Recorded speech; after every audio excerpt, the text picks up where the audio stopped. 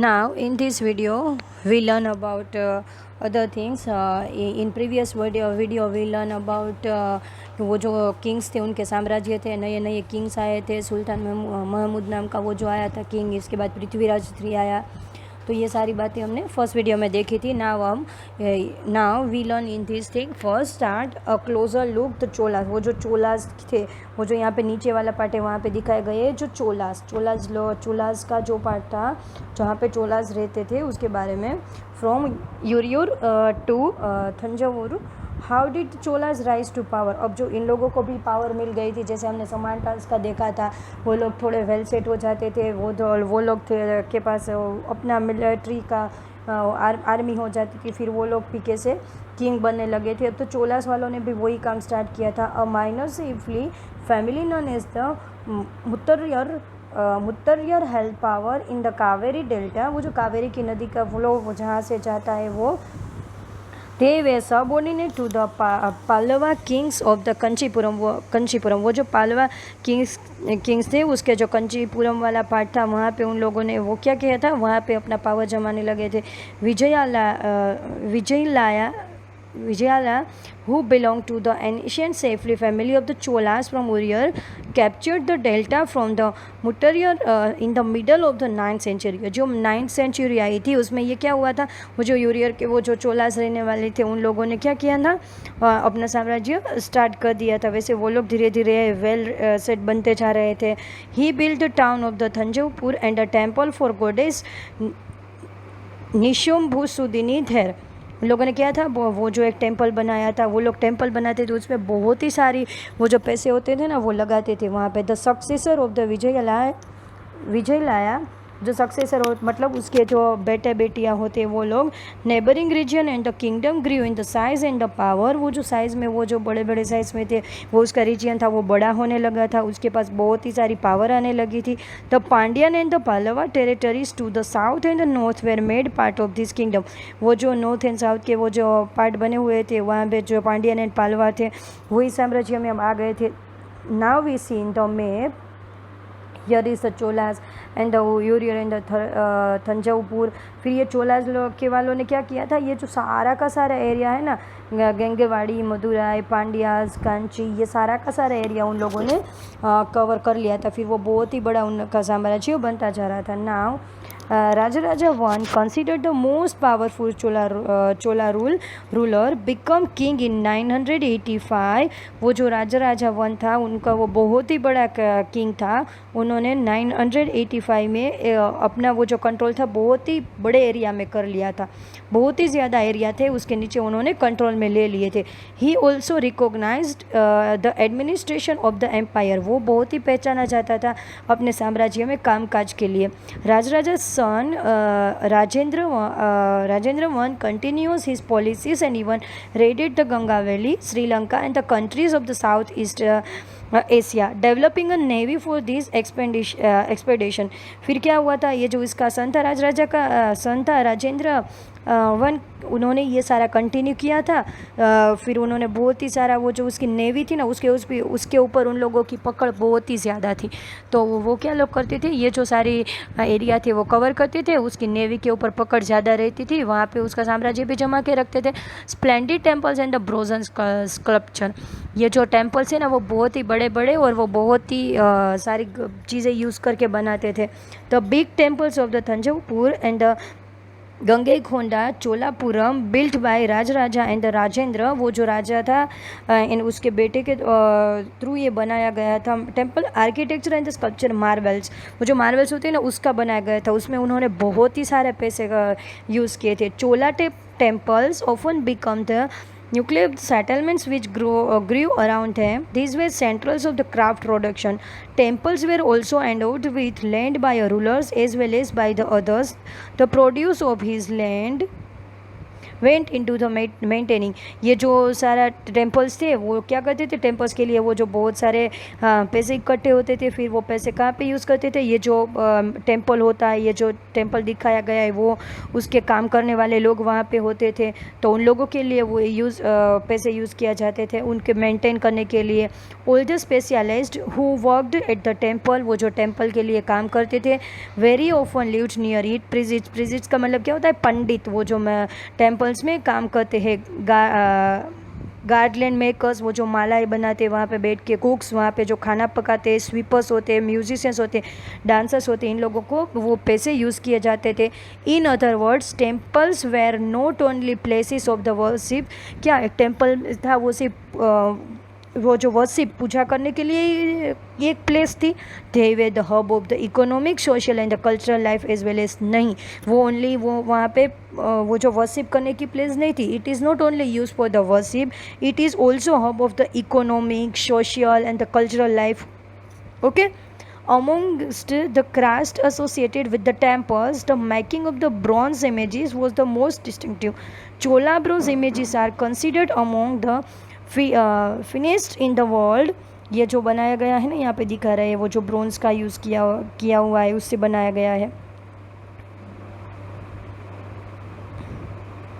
फिर ये लोग क्या करते थे कि वहाँ पे वो जो ब्रोंज थे उसके बनाए जाते थे। Chola bronze images are considered among the finest in the world. ये पूरे वर्ल्ड में फेमस हो चुके थे ये जो बनाते थे ब्रोंज के वो।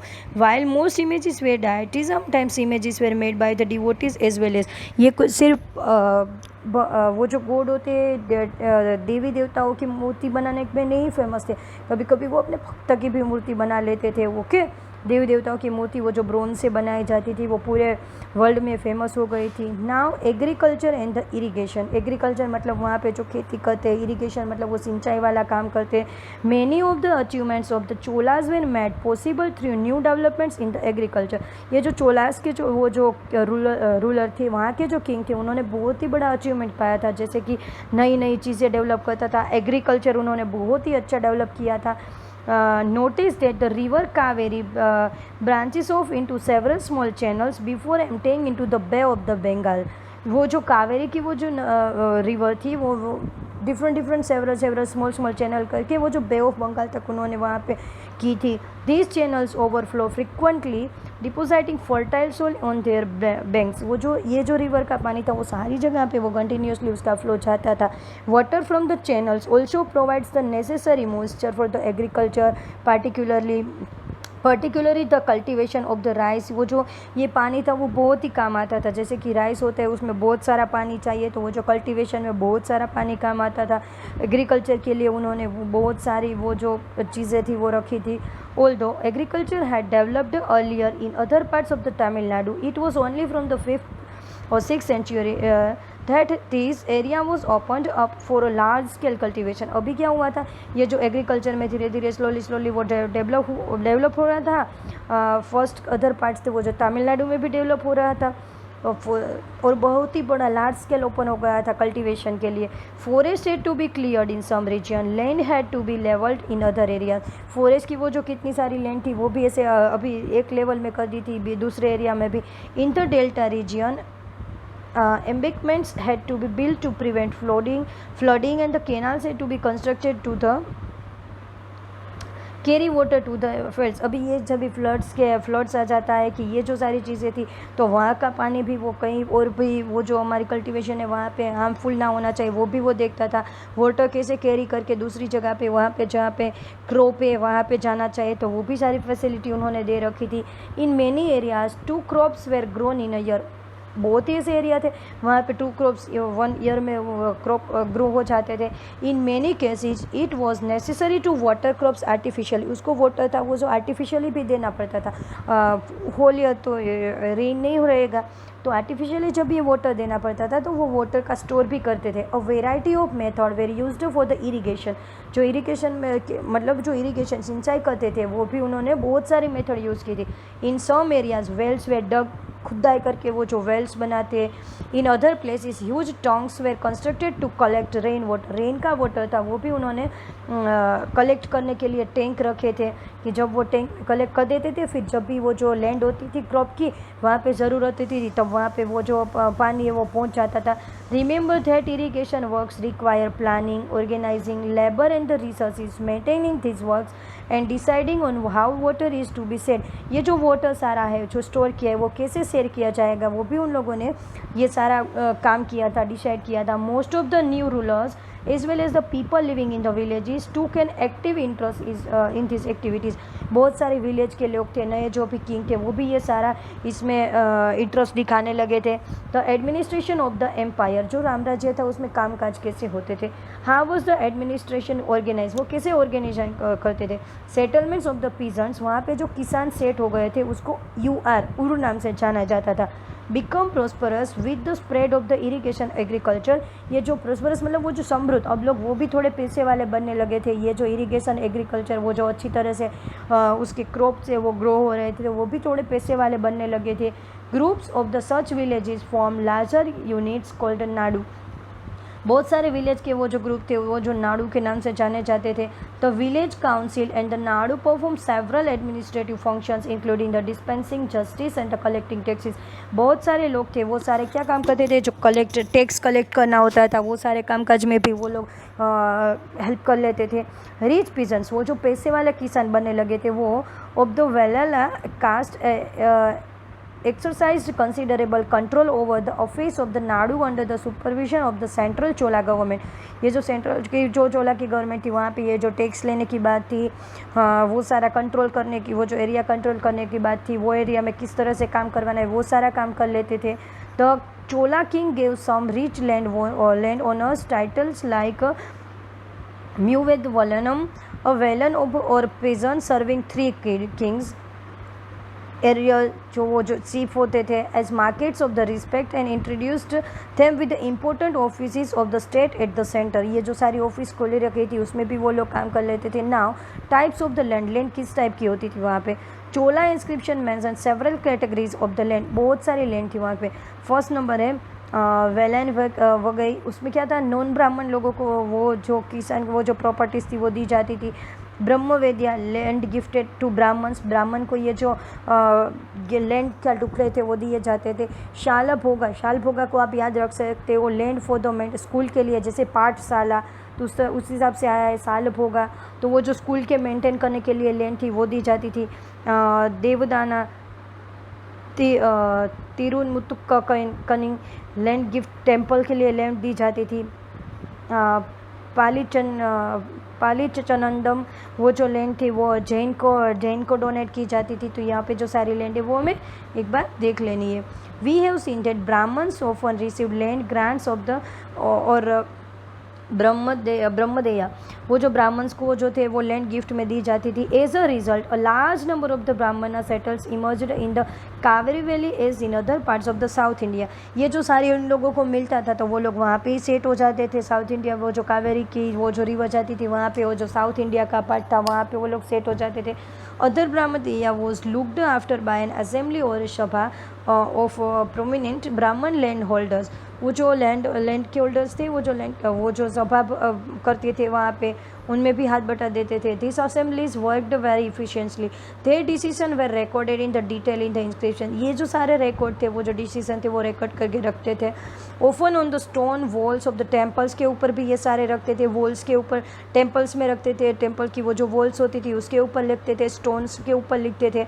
एसोसिएशन ऑफ द ट्रेडर्स, वो जो व्यापारी लोग थे वो जो इस नगरम्स, उसको वो जो व्यापारी लोग थे उसको नगरम्स बोला जाता था। यहाँ पे नगर का मीनिंग वो जो कोई सिटी नहीं है, नगरम्स मतलब वो जो ट्रेडर्स होते थे उसको माना जाता था।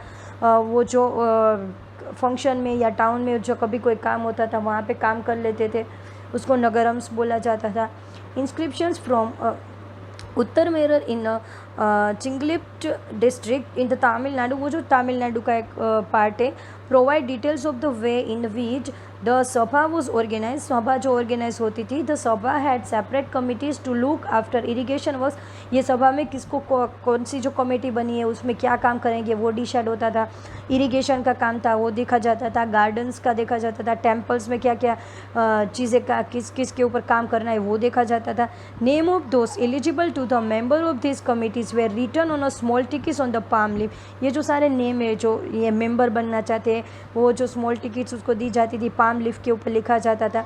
These tickets were put into an earthenware pot from which a young boy was asked to take out the tickets one by one, ये टिकट थी वो किसको क्या काम मिलेगा वो कैसे पता चलता था, कोई यंग बॉय को बुलाते थे, वहाँ पे सारी चिट्ठी थी लिख के रखते थे पाम लीफ के ऊपर, फिर वो बच्चा जो भी चिट्ठी वन बाय वन उठाता था, फिर वो जो ईच कमेटी मेंबर्स थे वहाँ पे वो डिसाइड हो जाते थे।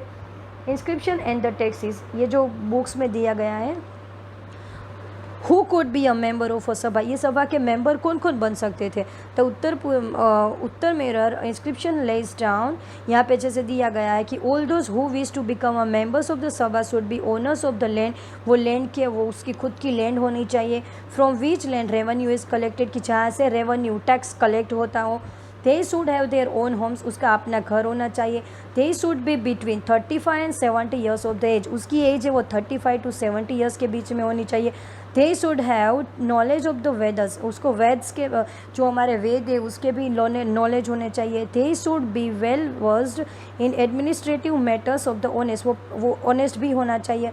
If anyone has been a member of any committee in the last 3 years, he cannot be a member of another committee, उसको लास्ट 3 years तक एक ही मेंबर बने रहना है, वो फिर दूसरी कमेटी में नहीं जा सकता है।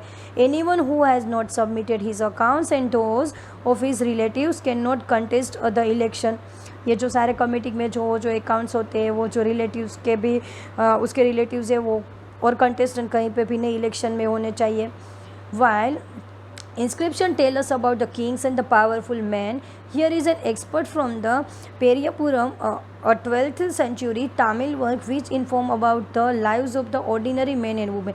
अभी जो इंस्क्रिप्शन में क्या दिखाते हैं, किंग्स होती है उसकी पावरफुल वो जो लाइफ होती है, वो पावरफुल मेन होते हैं उनकी लाइफ होती है वो दिखाते हैं। यहाँ पे पेरियापुरम नाम का जो 12th सेंचुरी में वो जो लिखा हुआ था उसमें जो ऑर्डिनरी पर्सन वो जो जैसे कि किसान होते हैं, हर्डर्स होते हैं, उन लोगों की लाइफ के बारे में दिखाया गया था। On the outskirts of Adanur was a small hamlet of Pulaiyas, a name used for a social group considered outcaste, वो जो नीची कास्ट वाले जिनको माना जाता था उस ज़माने में, वो किसके बारे में माना जाता था, ब्राह्मण्स और वेलाल्स के बारे में माना जाता था, उसके बारे में इसमें लिखा गया है। Studied with the small huts under old churches and inhabited by the agrarian labours engaged in the manual occupations, वो ये जो सारे वो जो नीची कास्ट के माने जाते थे वो स्मॉल हट्स के ऊपर में रहते थे, वो जो लेबर वाला वर्क था वो लोग करते रहते थे। In the thresholds of the huts covered with the strips of the leather, little chickens moved about in the groups, dark children who wore bracelets of black iron were prancing about carrying little puppies. In the shade of the Murudu Arjun trees, a female laborer put her baby to sleep on a seat of the leather. There were mango trees from whose branches drums were hanging. यहाँ पे क्या था, ये जो सारे निजी cast वाले थे वो जो लेबर का वर्क करते थे वो सारे उसके बच्चे वो जो वैसे कोई भी कपड़े वपड़े पहन के वो घूमते रहते थे, उन लोगों को ऐसे लेदर का वो जो एक भी कुछ भी होता था उसके ऊपर सुला देते थे, ट्रीज़ के नीचे सुला देते थे। जो coconut palm in a little hollows on the ground, tiny headed bitches lay after aping, the red crested cocks crowded before dawn, calling in the brownie pulyar for the day's work, and by day under the shade of the kanji tree spread the voice of the weaver heard Puliyala women singing as they were husking paddy. ये जो सारे लोग थे यहाँ पे किसके बारे में दिखाया गया था, वो जो यहाँ पे वो जो पेरिपुरनम वो जो तमिलनाडु का है उसमें वो जो पुलियास के जो वो लोग लेते हैं, जो स्मॉल हैमलेट मतलब होता है स्मॉल विलेज जैसा होता था, सिटी से छोटा, तो वो लोग नीची कास्ट वाले थे वो वहाँ पे रहने लगते थे, वहाँ पे वो लेबर का काम करते थे। तो इसके बारे में यहाँ पे वो जो थे उसके बारे में दिखाया है। और इंस्क्रिप्शन में तो वो जो किंग्स होते उसकी पावरफुल लाइफ थी उसके बारे में दिखाया जाता था. Okay, now here our chapter finished. Thank you students.